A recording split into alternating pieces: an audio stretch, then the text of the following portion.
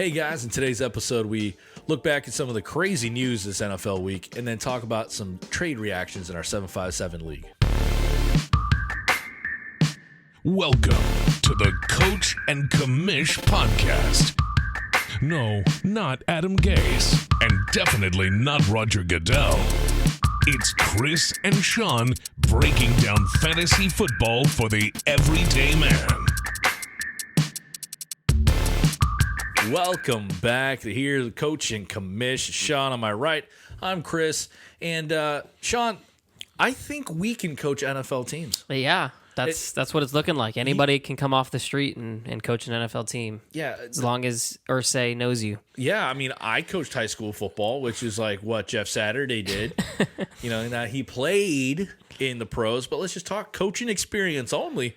I got similar resume as Jeff Saturday. Yeah, I should do that. But yeah, we had some crazy news here, and the Colts firing their head coach, which we thought would happen.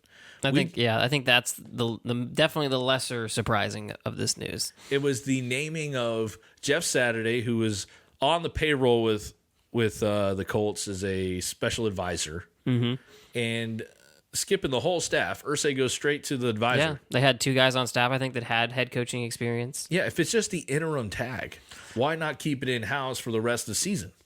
Yeah, I agree. I thought it was pretty crazy. Yeah, so we can talk all day long how it doesn't make sense football-wise, but fantasy. Yeah, that's what we need to talk about. What's this telling you as an owner of Pittman And JT. Jonathan Taylor? Those two specifically. So I'll do the doom and gloom, and then I'll give you some silver lining. So bad news is it looks like they're out on this season. It's scary for if JT continues to struggle with this ankle at some point, do they just shut him down and say, hey, you're our most valuable piece. Let's wait till next year. And then, same goes for Pittman to where this offense, they're not going to put a lot of effort into being amazing if, they're not going to tank, but, they're going to put themselves in situations to not win games. We'll put it that way. But the silver lining I will give is Saturday is an offensive lineman or was an offensive lineman. They tried to recruit him as an offensive lineman coach for the Colts. So if maybe he can fix this offensive line a little bit, then maybe they get things going.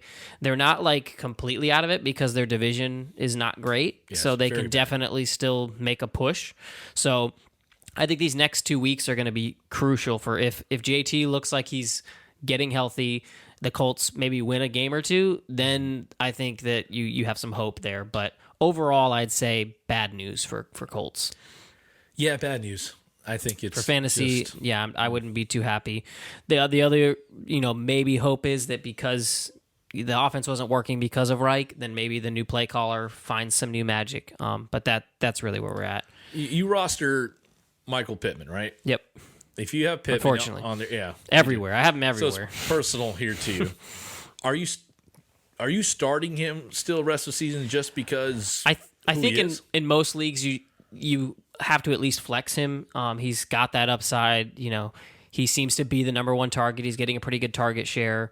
You got to hope that Sam Ehlinger can continue to improve and maybe, we'll see some uptick. But if you have better options, then no, you don't have to start him. He's definitely not a must start, but in my situations, I'm seeing that he's better than, these waiver wire pickups that I have options for. Then Jonathan Taylor, if he's healthy, it's almost like you have to start him, right? 100% have to start him. If he says he's playing, then I'm still for sure in the category of I'm playing JT. Okay.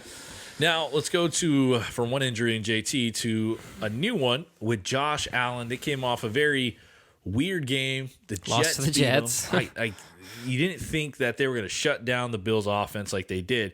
But now he has a sprained elbow, specifically the UCL, which if you're a baseball guy, that's usually the Tommy John area. Yeah. So he dealt with this, I think, in his rookie year, and they shut him down for a while. So I know there's rumors going around. People are scared of that. I think he plays through it. They keep going back to this down the field throw he had afterward that looked fantastic with plenty of strength. Probably going to be a pain management thing. There's big-time Super Bowl contenders, so I think he plays through it. I don't know. We'll leave it to our experts in Joe and Tim and Dr. Tim James, not an MD. Not an MD. Really not an MD. He now does mortgages. He's chasing the money. But they can speak more to if it'll be like a continued re-injury type of thing. From what I know, I think it's more of a pain thing, and eventually it will heal.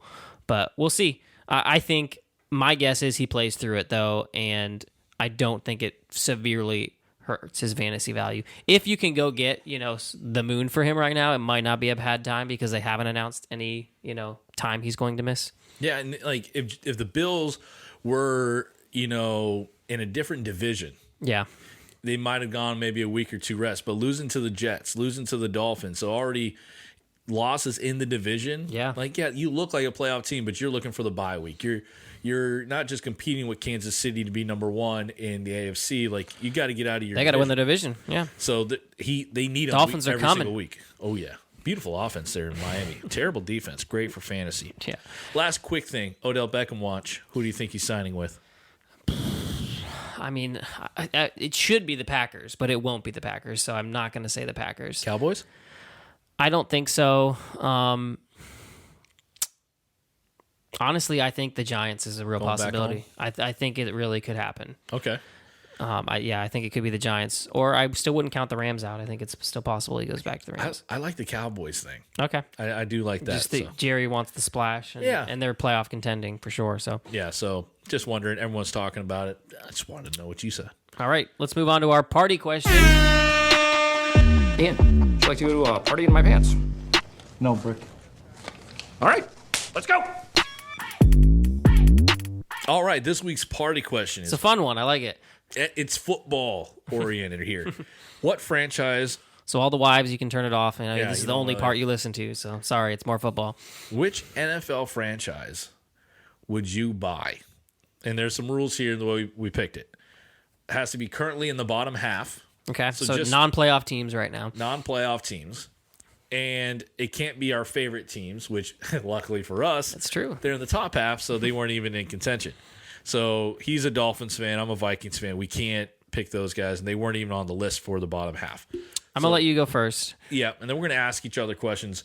But I stayed within my NFC North roots here, and I went with the Detroit Lions. All right. I've been to Ford Field. I've been in Detroit there for some games, and the thing I love the most about it, and yes, Hard Knocks kind of influenced me, but the fan base is loyal, and You want Eminem showing up at your stadium, Yeah. and they want they're loyal and they're hungry, and I want to be that owner that finally brings a Lombardi back. you wanna go to Barry Sanders and say, "I got you, bro." Yeah, it's like you should have had me. I was 10 when you were great, but I should have been your owner because this is what Detroit needs. Like, they've always had this bad thing in their history of never spending on players. Yeah. So there are So some Chris things is that going to we do. be spending the money. Gotta Let's go spend get the a money win. there in Detroit. If you just make him come and be playoff worthy every year, the fans are going to love me. All right. So what's some moves you'd make? Would you keep the staff in place, or what are you doing? I would. One hire I always wanted to see Detroit do, and they went a different route. Could give this general manager that they currently have a little more of a chance, but I want to hire Louis Riddick. All right. Going the I'm going, analyst yeah, route. Going the analyst route. I would love to have him in my front office to help make some great moves, because that's just what they have never done.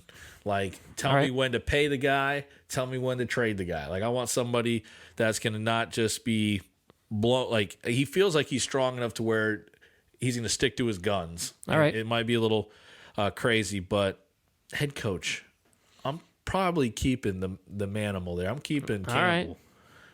He needs Guns some better Mahoney? coaches around him. I need to talk to him about that, because that defense is got some individual talented players, but they can't stop anybody. Yeah. And like, I know that there's these former pros. They know what it takes. I'm like, you need to, You need to get a defensive mind in there. a little more X's and O's behind it, because right now you're losing in the game of chess on defense. So that's who I would go. I would go Detroit Lions. All right. And then the last question: are you okay with a Texas boy moving up to the north there and and living in that cold abyss. It's have a great home. He's there. like, I'll have a home home there. there. I'll be living more in the south, but then as soon as the season's done for the middle of winter, I'll be playing at a golf course down south. all right. All right, who So are you taking? couple options here. I thought about the Steelers. I like Tomlin. I think they've got a good basis now with Najee, Pickett, Deontay, and Pickens. But I didn't want to go that route. Cincinnati felt a little bit like cheating because they're probably going to make their way into the playoffs. Yeah. And, obviously having Joe Burrow, Jamar Chase, and T. Higgins is very enticing. And Joe Mixon, Mr. 55 points. Hey, Thank you for the fantasy 5 win TDs. this There you week. go. But I went with the Denver Broncos actually. So I'm a big Russell guy. I know there's a lot of people that don't like him out there. I love Russell. I think that he can be good again. This is just a stumble. I think the coaching staff is horrendous. So if you're going to ask me that question, that's the first thing I'm doing. That's my first question. I'm getting Hackett out of there. This is not working.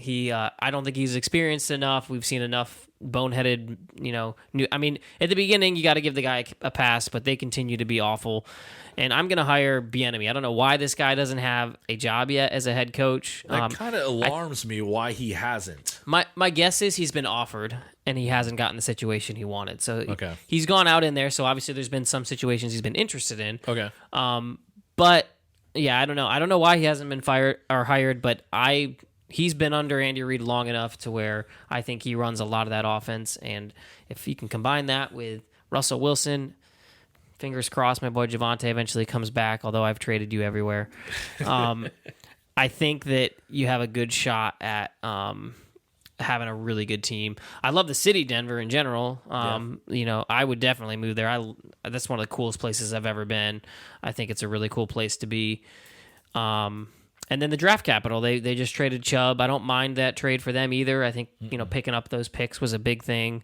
And we can go out and make some moves. Yeah, I like that you chose a place where I think a head coach change is all they really need. Mm-hmm. Currently, and I think they'd be perfectly fine. I predict that in the actual real NFL future. Yeah, he might not make it through this year, to be honest with you. It's not looking good. So yeah. So that was our party question of the week. Putting on our football hats. I think we can turn franchises around. yeah, First off, where's that sure. money coming from? The Powerball already left us, man. We didn't get to $2 billion there. I know that's not enough now. It's That's $7 like billion. $7 It looks billion like for the lowly Commanders. Can't imagine what the other ones are Broncos. costing. All right, let's move on to some specific 757 league talk. Also, we didn't mention this at the opening of the show, but we're kind of making a little shift here with our content. I think we're going to keep. It's a big shift. I guess it is for old man Chris over old there. man me, He's yeah. a whole year older than me, but yeah, we're going to shift a little bit the content. We're going to keep the podcast more to the local league talk. Those seem to be the guys engaging with it that enjoy it. You guys out of the league that love it, I hope you enjoy what the podcast becomes. I appreciate you guys too, like those that have come in and Thank you, Tim you're not. Cook. If you talk about the MVPs, I mean, if you're not in this league and you listen to these podcasts all the way through, then we appreciate it because it's fun for us to do this. So this will kind of be more of the fun thing. Mm-hmm. But we do have, dreams and goals to try to make this even a living someday. So to do the content that I think will work and help people in, just fantasy analysis. Yeah. We've started up on TikTok, Instagram, and YouTube Shorts, and we've seen some really good success so far. A lot. I think we're close to 200K views on TikTok with our first 6 or 7 videos. A ton of comments, man. Yeah, that's the engagement. I love it. I've been on there going crazy with comments. I've tried every single one. So if you do hear this and you want to get daily content for fantasy in short form, that's where we're at. TikTok, Instagram, and YouTube Shorts. 1 minute or less, we'll give you our best advice. Some of the things that we did in the middle part of these podcasts, now we're just putting it where we can reach the thousands. Yeah, Not exactly. the 12s. Because obviously we're that amazing that the masses must hear what we have to say. So They need to. let's move on to and this is a great thing to say right after I promote our short form content and what good analysis we are. Let's review these trades as two teams that are not currently in the playoff. I think I'm 10 and you're 12 in the league. So. Yeah, I'm 12. I'm 12. But we promise we're really good elsewhere. It's just this yeah, league I really am. I seems promise to that. be a thorn in our side. So, all right. So 757 guys. I'm going to talk about a big trade that went down last week. It all involves one person. It always, when you say the word trade, we know who we're involving. Yeah, And all right. that's the Royce. You are the trade master. Yes, sir. We were going to have a segment about it, but you guys know trading with Royce. This man's got some voodoo juju going on because does. he traded me JT Walker. I think a lot of people thought that was a slam dunk for me. Not looking that way right now. Walker would be great, and he's included in this deal, so let's bring it up. It was the David and Leroy's trade. Sleeper, I think, broke it up. I don't know if you guys did this trade together or if it was just really close. This is two separate trades. I'm really mad at David. Anyways, and Leroy's. Yeah, so I'm going to kind of combine them, and that would be David got CeeDee Lamb, Dalton Schultz, and Chris Olave, and Leroy's got, I'm sorry, the other way around. All the way around. Yeah, I'm sorry. Leroy's got CeeDee Lamb, Juju Smith-Schuster, and Leonard Fournette, and David got Kenneth Walker, Chris Olave, and Dalton Schultz. Yep. So I'm going to combine that as a single trade. And what I'm seeing is it looks like Leroyce must view Leonard Fournette as close to equal of Kenneth Walker, or he did before this week. Obviously, this was done before this weekend. Yeah. Kenneth Walker had another big week, and Fournette continues to struggle. Juju Smith-Schuster, that's kind of a throw-in piece I don't care about. Dalton Schultz, again, a little bit of a throw-in, already been traded away. I think that was a great trade also. David works for both teams, I think, too, actually. I think Morgan, it wasn't a bad idea to try to go get a player that he can use right now. Yeah. But really, I think what it comes down to is this CeeDee Lamb and Kenneth Walker debate. And you mentioned it in the chat, Leroyce, but I really think you underestimated this value of keeping Kenneth Walker and what he can be. Like, if he is the next kind of, we always say the next JT or the next CMC, I don't know if it's quite that level, but I do think that he has pretty high chances of being a top 10 running back next year. He'll be drafted as such, maybe even close to that top 5 if he continues this tear. That's the other part of it. He's winning right now. Like, it's not even just the keeper value. People would probably put him close to the top 5 of running backs this season, rest of season.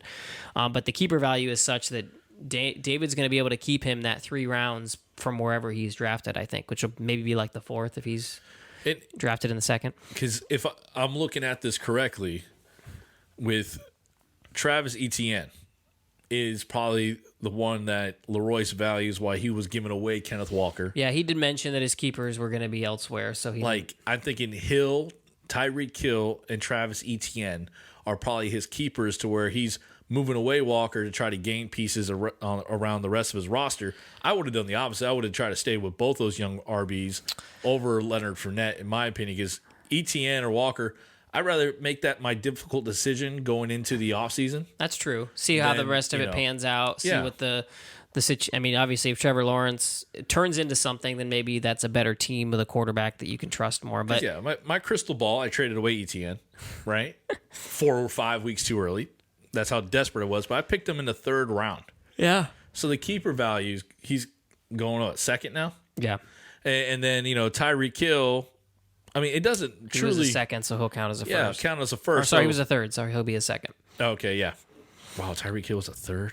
Yeah, that we talked about it. We said it was a fantastic pick, Leroyce. So overall, Wow. I'm going to give David an A+ on this trade, and I'm going to give Leroyce, I think, I won't give you the D, but I'm giving you a C-. And I hope you caught the innuendo there. so, yeah, we're looking at that. And how does this benefit Dave? We talked a lot about Leroyce's roster. Mm-hmm. Where do you see these moves helping David out? To me, if I was doing the power rankings again, I would have David at number 1 now. I just think the trades that he's pulled off to have these guys, I love the team that he's assembled here, and I think it's one that can really go out there and make some noise to try to win another championship.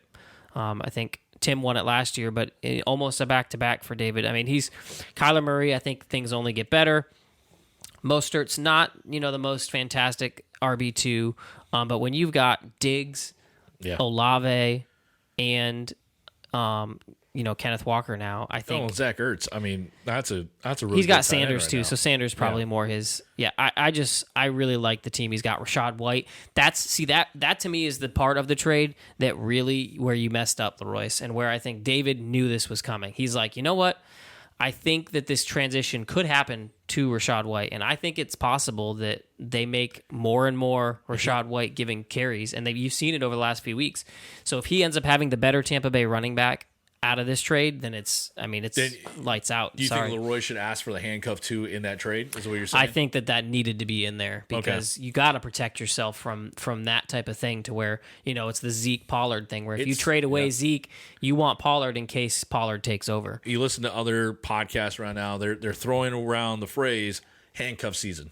All right. This is the time where you're looking for that, even if it comes to picking up off of waiver wires. I just want to bring a non-football analyst look at this. They need to change that division. That was an inside division trade in our league. Leroyce, I know you beat me and you're supposed to be the long-lost Schoenrock. I think you belong with the Kalana last name with how you're just feeding these guys to David. I think you're trying to join every single family possible. You're tired of the Schoenrock boys. We gave you everything we had. And now you're moving on to suck the next division dry. Yeah. Like, what's the other set of brothers? All right, and brother-in-law in the same division. So watch out. It's true. He took Kenneth Walker from me. Our whole division. He's just like, I'm done with this one. He's oh man. He's inevitable. He's inevitable. I was thinking Marvel little comment there. So, man, I love that trade breakdown.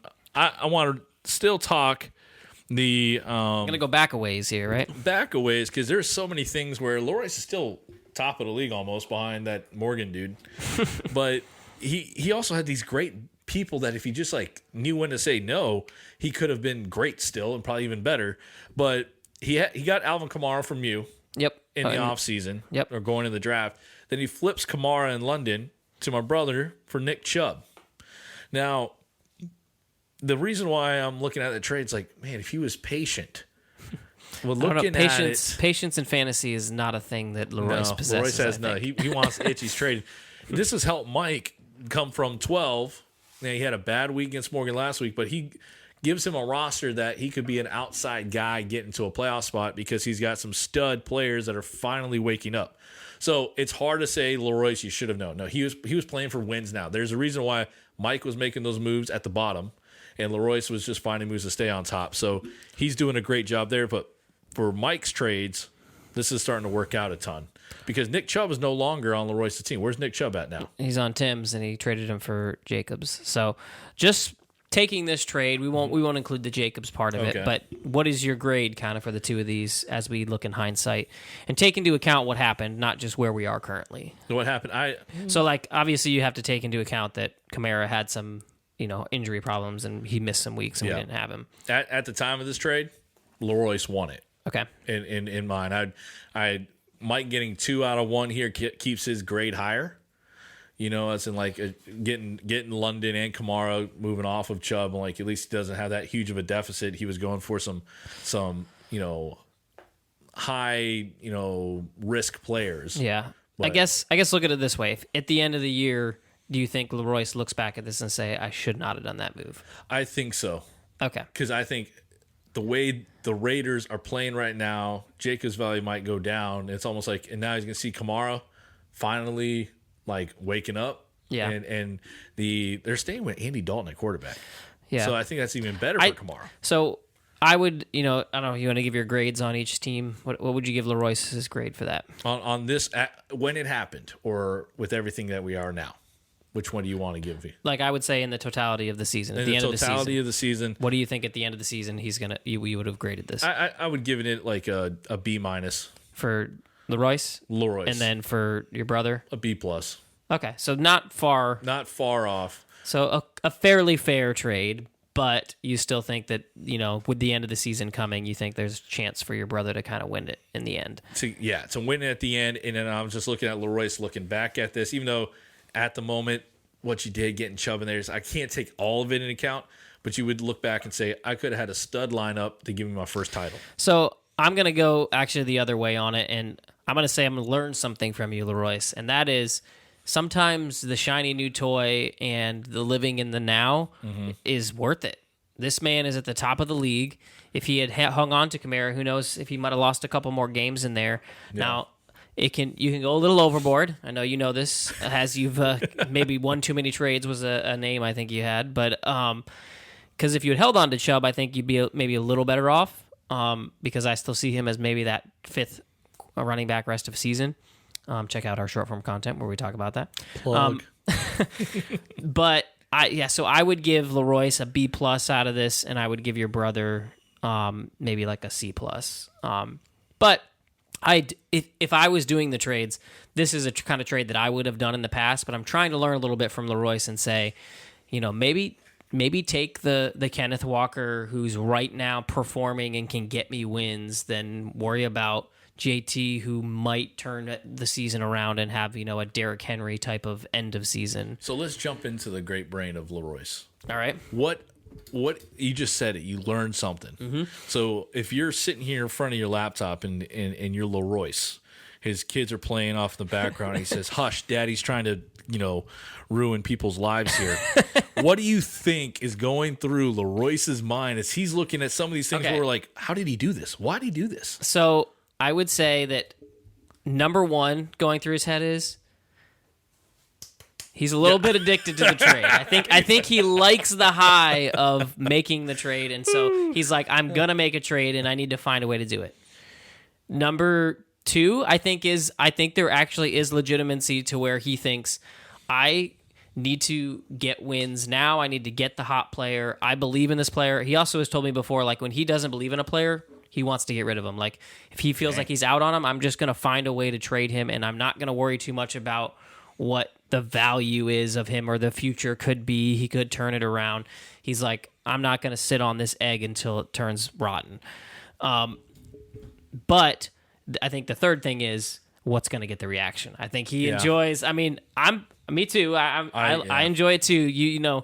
Being relevant in the chat weekly and being the guy that we all enjoy watching the crazy trades that come up with, and can this one be bigger than the last one? I think is a little bit in there too. So that's what I see the mind of Leroyce doing. I agree with those three. I want to see what is step 4. What is this? Who's the source, bro? Like really? that's what I want to know. Yeah, is it Shefty? It's Shefty. It's got to be Shefty. You talking to Matthew Berry? I mean, some of these things I'm like, wow, how did that work out? I was like, how it's not being like lucky. Some of the other players have been blessed with the trade pieces you had, but like you said, you just keep winning. Yeah. Right? And it eventually just works out. The luck will run out, but right now he's still doing all right. He's up there. So, all right, we're going to move on to a little bit of what we call trade theory. You guys wanted us to talk a little bit about what to do. We have a new keeper selection in our league now to where you keep the value based on their draft, and you can really get some good values in there. So, kind of as we talked about with the Kenneth Walker trade, there's a huge keeper value to him. So I kind of want to discuss teams that are on the bubble or, trending downward and think that the playoff chances are dwindling. Like how do they value? I'm not there yet, Chris. Okay. I'm trying to hold on. I'm really trying not to be in that category. Me, definitely. Me. Yeah, number 12, you might start 14 losses, no bounce back. Okay. Oh my God, I didn't know it's that bad. It's that bad, bro. So I guess we'll start just asking you these questions. Like, is there a point here where you're going to start to really look at the keeper value? You're going to go through the draft and say, okay, where's some kind of keeper guys I can pull off to trade some values for guys that people want some win now ones? Yeah, so I've said it in the chat before. Now I'm looking at the keeper value, still wanting to be relevant, but then because with the 2 wins, I don't think you're technically eliminated. No, when it comes to the doubles, but what I'm starting getting closer to is, do I put Jefferson out there?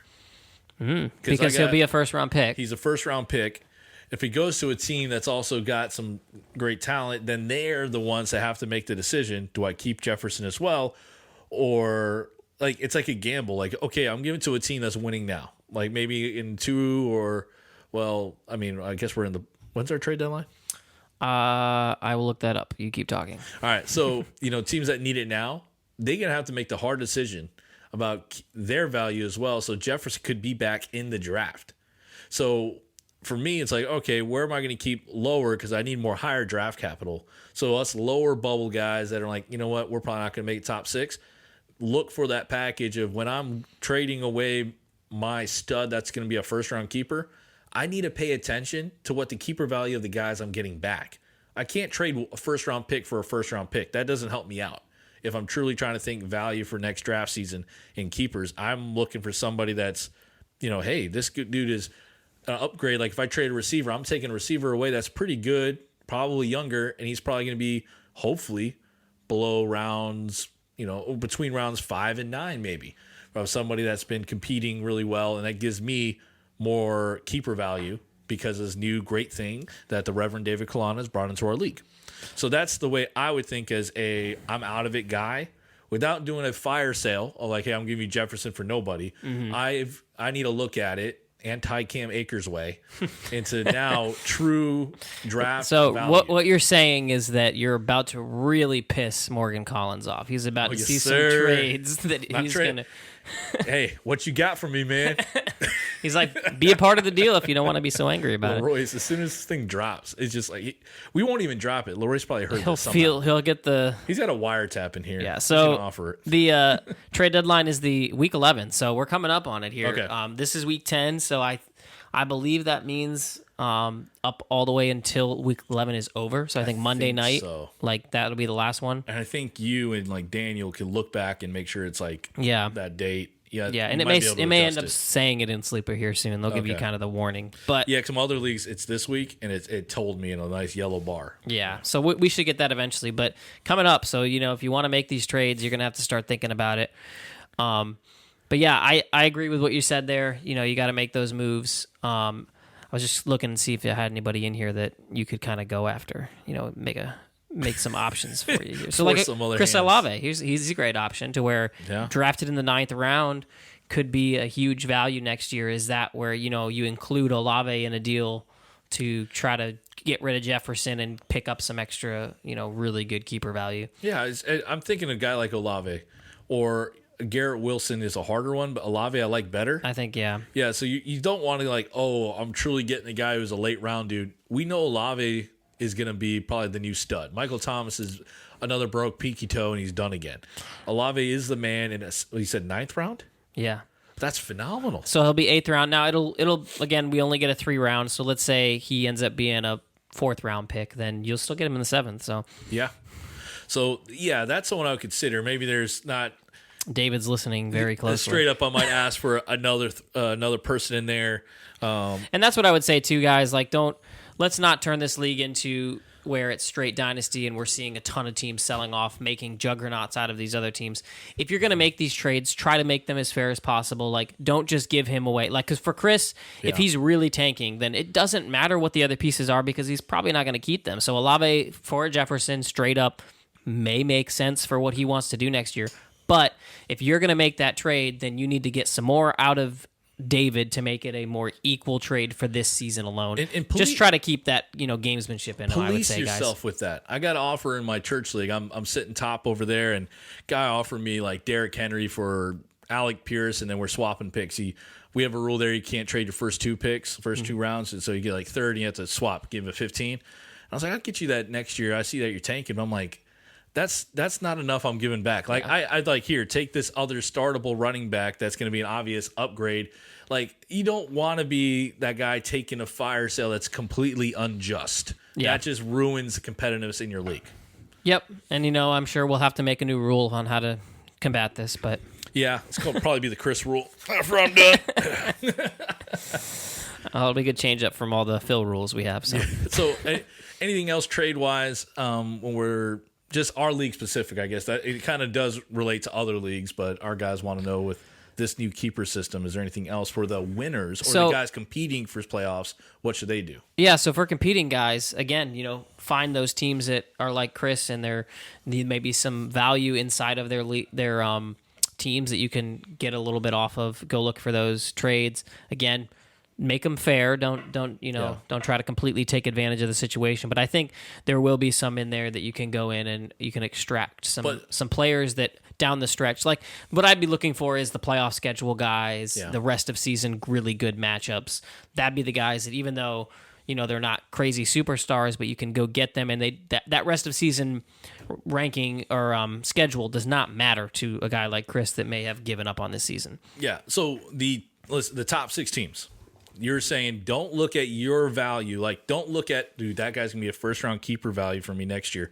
Like, throw that out the window. Go for the win now. Yeah, I would say for the most part. I would also, keep an eye on who your keepers are. If you're winning, you probably have some really good options. Yeah. And you're probably all right to do the Chris thing where just take Jefferson in the first. He's a stud. Yes, it's not going to gonna cost hurt you you the actual value, but there's a reason the dude's in the first, and he'll be on your team, not someone else's. Exactly. Like, I wouldn't like worry about it so much. Oh, I'm giving away my 8th round pick guy keeper. If you're getting a Jefferson, that's going to be a first round pick for the next 4 years. Like, honestly, not, if I was advising Chris in this situation, I still would take Jefferson in the first over Olave in the 7th, to be honest with you. Oh, I'm shopping around for like, give me a ton of options. Yeah. But like Jamar Chase. And it's not like he's an aging star. But then for you top 6 guys, go for the studs now. Make the tough decision later because it's a lot easier.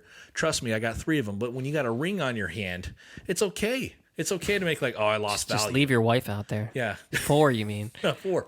Hey, babe, I love you. I don't want to sleep on the couch again. Anything else trade review wise? No, I think that's it. Again, like I said, if you guys just know that this is going to be more fantasy 757 league talk, so fill up the chat, give us our content for what we should be talking about. We got a lot going on, so we spend our time to make these podcasts. If you guys want to fill us with what our script should look like, then go for it. I really enjoy kind of the team comparisons. Those are fun. So if you guys have... Andy mentioned something. If you listen to this, Andy, I know you mentioned something in the chat that you wanted to hear. I couldn't find it, so... We haven't done one this year. That'd be great. Yeah, so go ahead and give us, a couple of those ideas of what you guys think would be fun to talk about and, trash on the league. Yeah, and I'll put Jefferson up on the trade block after the episode drops. Alrighty. We'll see you guys next week. All right. Deuces. Thanks for listening to the Coach and Commish podcast. Don't forget to check us out on Twitter and Instagram at Coach and Commish. And join our Facebook group called Fantasy Football Advice with the Coach and Commish for direct access to weekly waiver wire and start sit advice.